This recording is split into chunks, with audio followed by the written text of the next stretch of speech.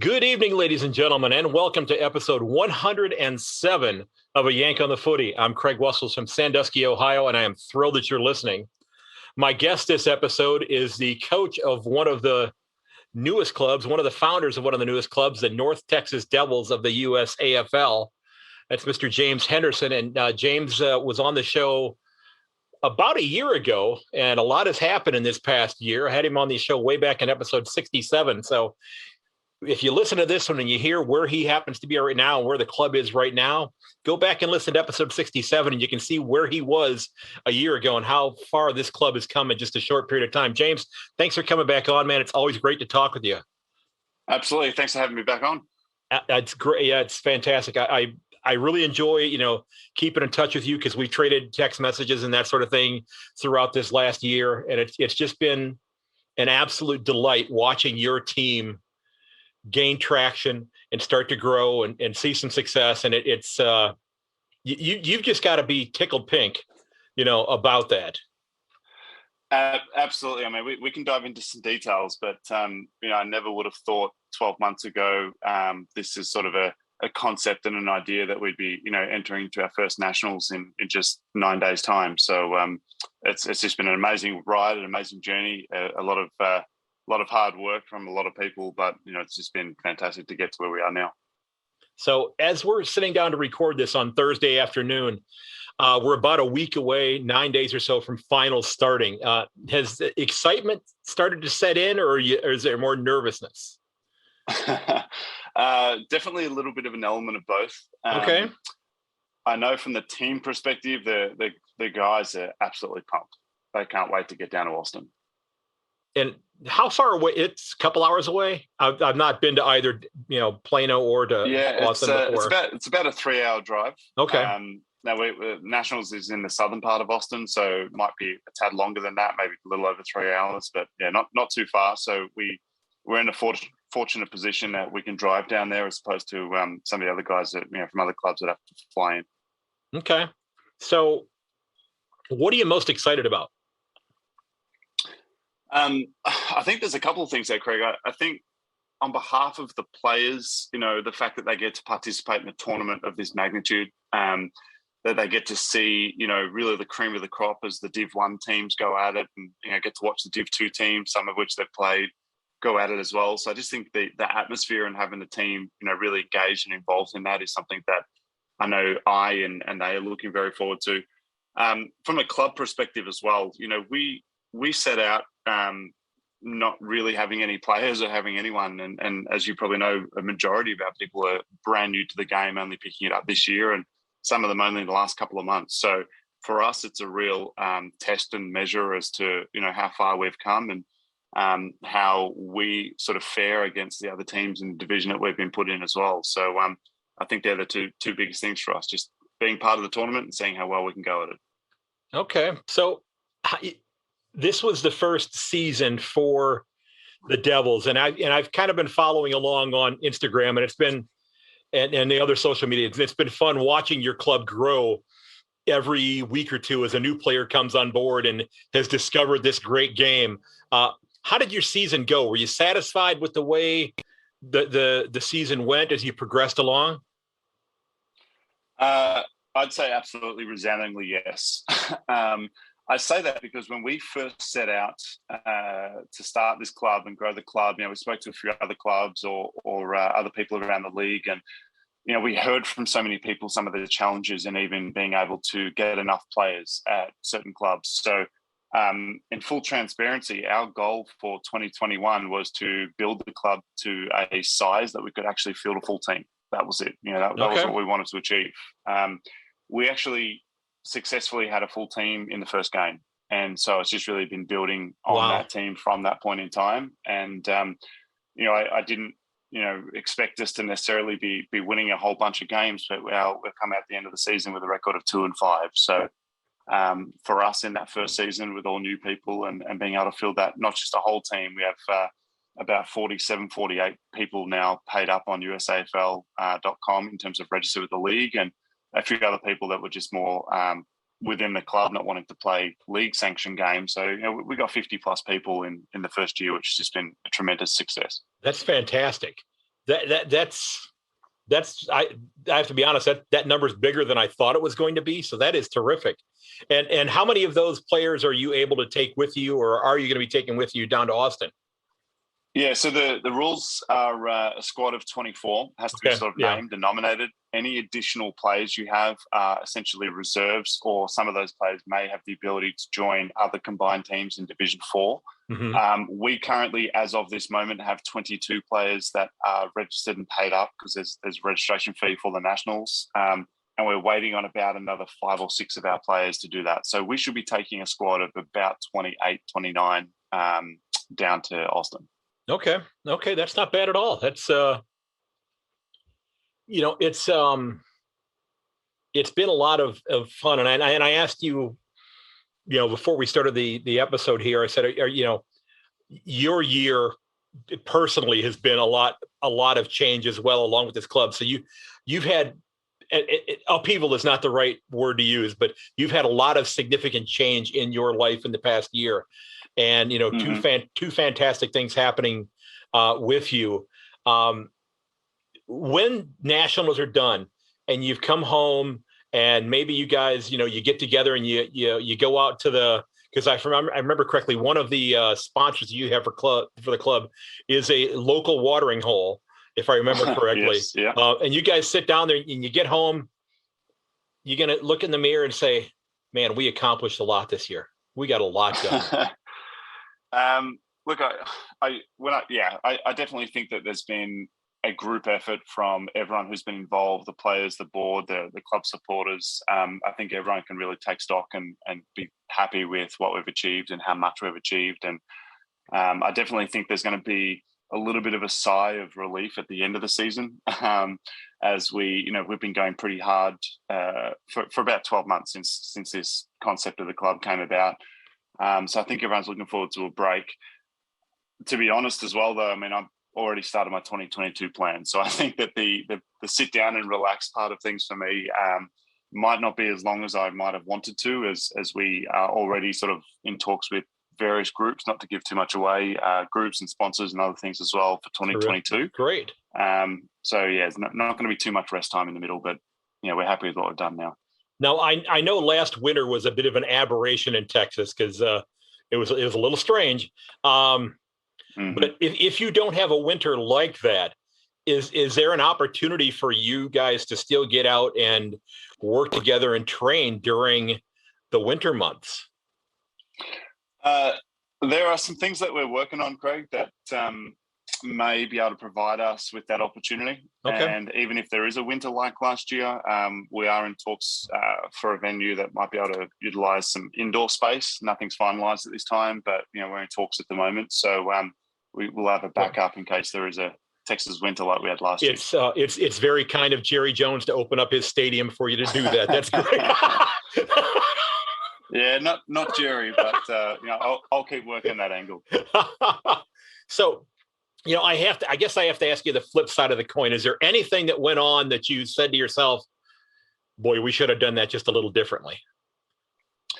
There's been a couple of things. Hindsight is always 20/20 vision. So as you look back, you sort of say, well, I could have tweaked this or done that or what have you. If you're looking for some specifics, I think one or two of the things I'd probably say is it's been an incredibly long season. We started our sort of season training way back in sort of the end of February of this year. And most clubs, I don't think, start for at least a couple of months after that. Being a brand new club, what we wanted to make sure, though, is that we really gave people a foundation in skills. So we probably spent a month and a half just focused on skills clinics and just focused on trying to bring some people together. So those sort of things, it suddenly makes an 8-month season where we've actually only played 8 games in that 8-month season outside of Metro games. It just makes it a very long season. Okay. So that's one thing that I'd probably shorten going forward. Okay. Now, do you have I'm guessing because you were with the other local club at one time as well. And mm-hmm. I'm sure you had made treks to Austin for games in the past. Do you have a favorite restaurant in Austin that you can't wait to get back to? Nobody can go past. Is it Wine Barbecue? I think that's the name of it. There's a couple of good barbecue joints down there. I don't eat Texas barbecue too often unless I've got a visitor in town or unless I'm traveling to a location. So there's a couple of places down in Austin where there's some pretty good barbecue. Got to get into that. Okay. And I've been asking other people this as well, that, of course, the goal is to win nationals.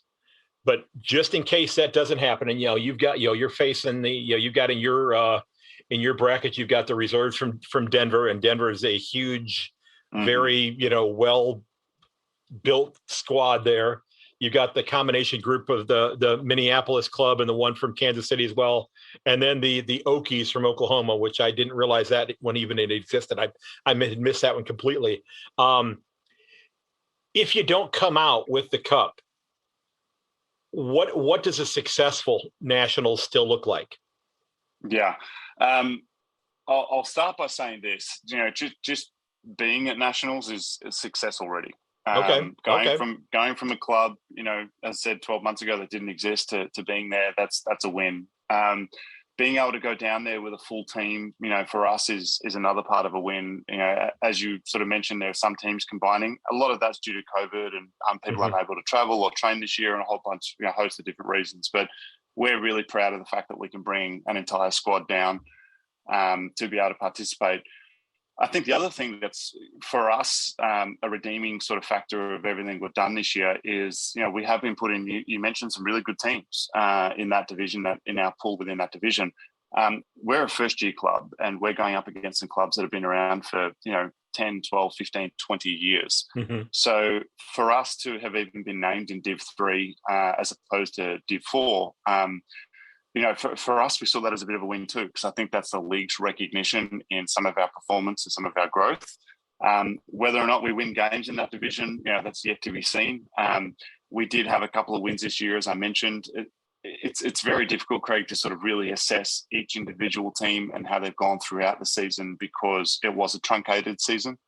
And we also know that a lot of teams don't necessarily travel as well as when they play at home with respect to the number of players and numbers. So just by way of example, when we went up to Oklahoma, they gave us a fairly resounding beating and welcome to the USAFL. But then when they traveled down here, they had a depleted side that they brought down and we managed to get over the top of them in a shortened game and a bit of a round robin with Austin B. So it's really hard to tell how we're going to end up going, but as I said, just being their success for us. Okay, got just a couple more things that I want to ask you here, and well, I guess one I want to ask you: how many Australian expats do you have on your club besides yourself? Besides myself, so I don't play; I just coach. So in terms of the playing group itself, you're putting me on the spot a little bit. We actually had.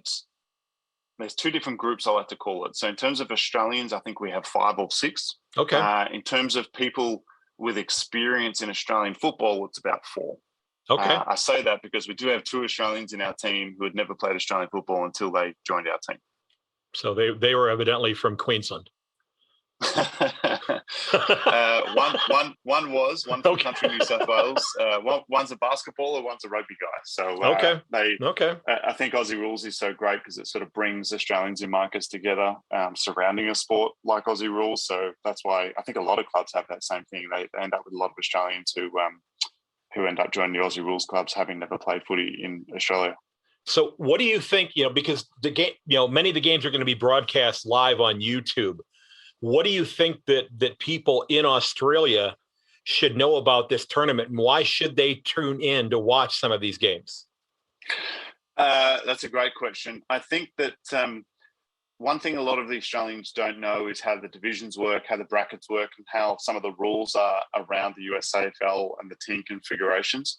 And so specifically to that, there is a maximum of 50% Australians allowed on the field at any one time. So any Australians that are at home watching this game, you're not watching 18 Australians on the field run around who have played this game their whole life. You're watching a maximum of 9 Australians on the field for each team and 9 Americans or primarily Americans. Actually, I just mentioned Australians. I should say non-nationals of the US. So English, Irish, New Zealand, whatever, they all count as non-nationals. So some of the teams that you'll see, we played as the Devils a couple of games this year with 0 Australians on the field. So that's something that people can bear in mind as they watch this, that they're watching people who didn't grow up playing this game, didn't start in Little League. In our team, again, we've got people in their 20s and 30s that literally are learning a brand new game, and that's kind of exciting to see how quickly they adapt to this something that they've never seen or played before. Okay, and I know you had a huge watch party for the grand final, but prior to that, a lot of these people who are new to the game, have they become fans of the AFL itself in terms of watching the games now? Some of them have, for sure. Okay. Some of them still don't watch the games, given time zones or some difficulties in watching over here. But some of the guys have suddenly become diehard fans, which is really great to see. They've picked teams, or still debating which teams they want to pick and pick favorite players. And obviously, Mason Cox always gets mentioned as an American. So some of the don't pick a team yet, because I think he's moving. I think who knows about that? Sounds like he might be headed to Brisbane. Actually, there's a few rumors swirling. Who knows? Maybe we can ask him at Nationals, because he'll be there. But will he be? Willie, terrific. Yeah, he'll be there. And one of the things that I'm telling our guys is, let's not pick a team if they don't have to, and wait for Tasmania to enter the league. There you go. Now, my last question for you here. I know you're not going to forget your polo shirt, your shorts, and that sort of thing. But and maybe this question doesn't necessarily apply to you since you're only the coach. But I'm going to go ahead and ask this: what is the one thing that you have already put into your car to make sure you don't leave it behind? I'm chuckling because my car's still got some stuff in it from training the other night. I took half the things out, half not. So the football kit is in there, and I've already put the playing kit for all the players, because that gets washed and brought over to my house each week, and that's already in the car as well. So I'll be in a lot of trouble if I leave the playing kit behind. There, and you're pretty adept at using the washing machine. I am, but we have a volunteer system where each week will do it, so it's not resting on my shoulders or my family shoulders. So well, that's what I was getting at. That's what I was getting at right there. I wasn't. Honey, it's time to do time to do the wash again. No, definitely. Her gift to me is giving me the time to be able to go and do this. Anything outside of that, I think I'm asking a little too much. And you know what? It has been an absolute delight watching your club's progress this year, and it's going to be great to watch you going forward. I wish you the absolute best of luck and health in Austin this week. Have a great time. This is I got to watch my first games in person back in August, and it was and it had they had the clubs there from Columbus and Cincinnati and Nashville, and one of the guys that was with Nashville is now actually playing for the Jacksonville Jaguars. Okay. The guy that was playing ruck for them, and he looked. It was, I've watched enough of the game from Australia to know when somebody is just. He looked like, in my opinion, he looked like the way Max Gawn looked the last few rounds. He was everywhere. It was phenomenal to watch him play. But I'm glad he's he's got himself a steady job with what he's doing right now. But thanks for taking time out of your afternoon for coming on. Ladies and gentlemen, my guest was James Henderson of the North Texas Devils. James, thanks. Any closing thoughts before we wrap up, sir? No, I just, from my perspective, Craig, thanks for always being a supporter of the club and for having us on a couple of times. And hopefully a lot of your listeners will be able to jump onto our social media pipes, Twitter, Facebook, Instagram, everything. You'll find us all at NTX Devils. And hopefully we'll get you down to one of the Nationals one of these days soon. And I hope see so all too. Of this live. Hopefully, if they can, get one of those in Cincinnati or Columbus for sure, or Indianapolis or something like that, I'm definitely going to be there. If it's a close drive, I will be there. Thanks, James. Okay, have a great time there, okay? Thanks, mate. Thank you. And again, a huge thank you to James Henderson of the North Texas Devils for taking some time out of his evening to sit down and talk with me. It has been phenomenal watching that club grow from its infancy to where it is today, and to have a squad of, as he said, they're close to 50 players on it as of right now. Absolutely impressive. If you need a blueprint on how to get a team going and get one built and get it up and running, James might want to go ahead and publish a how-to book on that, because it was really fantastic the way he went about doing that. Now, I would be remiss if I didn't get to some of the customary things of each episode. Today's club of the episode is the Black Rock Jets Football and Netball Club. The Jets have been in existence since 1908, and I'm guessing there was probably a name change in there somewhere, and I did a little bit of reading on the club, but I could not find evidence of when a name change took place. But they've been in existence since 1908, and they currently play in the Southern Football and Netball League, and the footy teams play their home contests at the William Street Reserve in Brighton, south of the St. Kilda Botanical Gardens. Like every Victorian local club this year, their season was cut short, and here is hoping that and they got to play into the end of July. Here is hoping that the Jets can, I'm going to use that bad pun, can soar to great heights next year with COVID hopefully under control. Now, ladies and gentlemen, don't forget that you can find everything related to the podcast at my website, ayankonthefooty.com. I hope you'll consider checking it out. You can leave a voicemail there. You can leave a review for the podcast, which would be great. It'd be great if you could hop onto Amazon, or not Amazon, but Apple, and leave a review there as well. That would really help out in terms of triggering their algorithms to get my podcast in front of some more ears, if you will. Remember, you can also sign up for the mailing list there, and you can also sign up under the register as a guest section. And one of the things that I'm going to be looking to do here in the next couple of weeks, once the draft is wrapped up, is to sit down and talk with fans from all 18 clubs to get their thoughts on their club's trade period as well as their draft results. And I'm really interested to see what everybody thinks about how each of the clubs fared during this time period. Okay, so that's at register as a guest section there as well. If you want to help out the show, don't forget you can check out the Buy Me a Coffee page on my website. All that money, if anything comes in, goes to paying fees to keep the podcast up and running, hosting fees, the fees for the website, that type of thing. Truly appreciate it if you want to help out there. You can also check out my Redbubble page. Don't forget that if you are interested in being a guest on the show, as I'd mentioned, there's the guest intake form for you there as well. I will put a link for that in the show notes. And as I mentioned, now that you've listed, it'd be fantastic if you could hop on to Podchaser or onto Apple and leave me a 5-star review. Let me know what you think of the show. Let others know what you think of the show and why they should take time out of their day to listen to what I have to say. Don't forget that you can reach me at ayankonthefooty@gmail.com, at yank_on on Twitter, at ayankonthefooty on Instagram and Facebook as well. And would love to hear from you.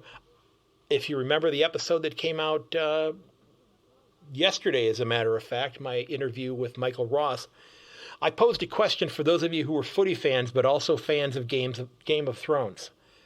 And I asked the question that if you're a Game of Thrones fan, what footy personality, whether they are a player or a coach or somebody in the media or somebody running the league or in one of the club's front offices, do you think could play a role on Game of Thrones? And what character might they be?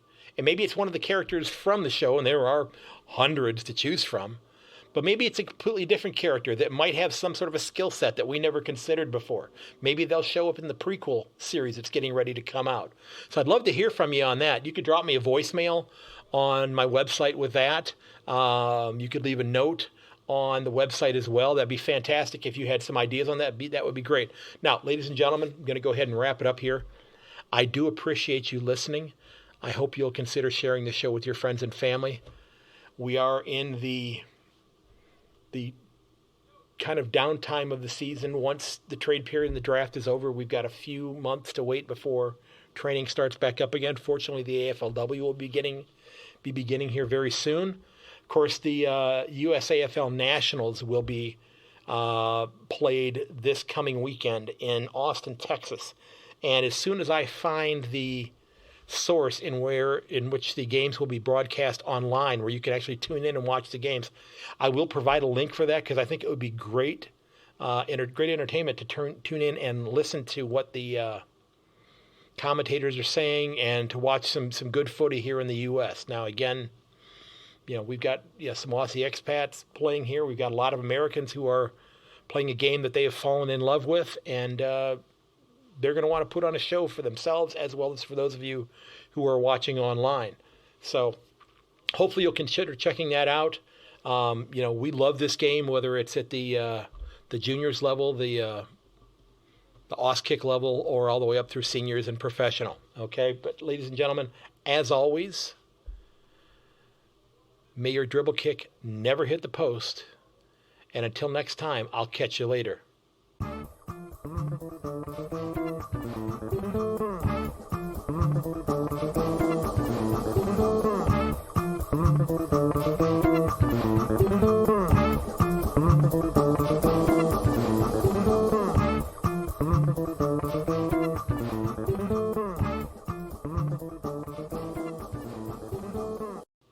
This has been episode 107 of A Yank on the Footy. Don't forget that you can reach me at yank_on Twitter, or to yankonthefooty@gmail.com. You can find everything related to the podcast on my website, yankonthefooty.com, and I'd absolutely love to hear from you. Until next time, ladies and gentlemen, goodbye.